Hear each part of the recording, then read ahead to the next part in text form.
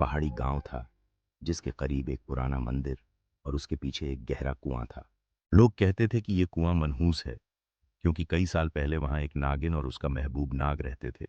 गांव के लालची जमींदार ने खजाने की तलाश में नाग को कत्ल कर दिया। नागिन ने बदला लेने की कसम खाई और उसकी रूह उस कुएं से कभी बाहर न निकली। वक्त गुजरता गया। गांव में एक नौजवान फहद ने शहर से वापस आकर कुएं के राज जानने की कोशिश की। वो लोगों की बातों पर यकीन नहीं करता था।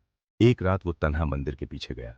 जैसे ही वो कुएं के करीब पहुंचा, सर्द हवा का झोंका आया और एक सियाह धुआं सा उसके इर्द गिर्द फैल गया। अचानक एक खूबसूरत औरत सामने आई। सुनहरी आंखें, लंबे बाल और सांप जैसी हरकतें। वो बोली, तुम जमींदार की नस्ल से हो। नाफद ने खौफजदा होकर पीछे हटना चाहा, मगर नागिन की आंखों ने उसे जकड़ लिया। उसी लम्हे कुएं से एक भूत निकला जो जमींदार की रूह थी और चीखने लगा, मुझे छोड़ दो।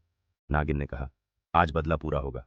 सुबह फहद बेहोश मंदिर के अंदर पाया गया और उसकी आंखें सुनहरी हो चुकी थीं, जैसे नागिन की रूह ने अपना ठिकाना बदल लिया हो। कहते हैं अब वो खुद कुएं का रखवाला है।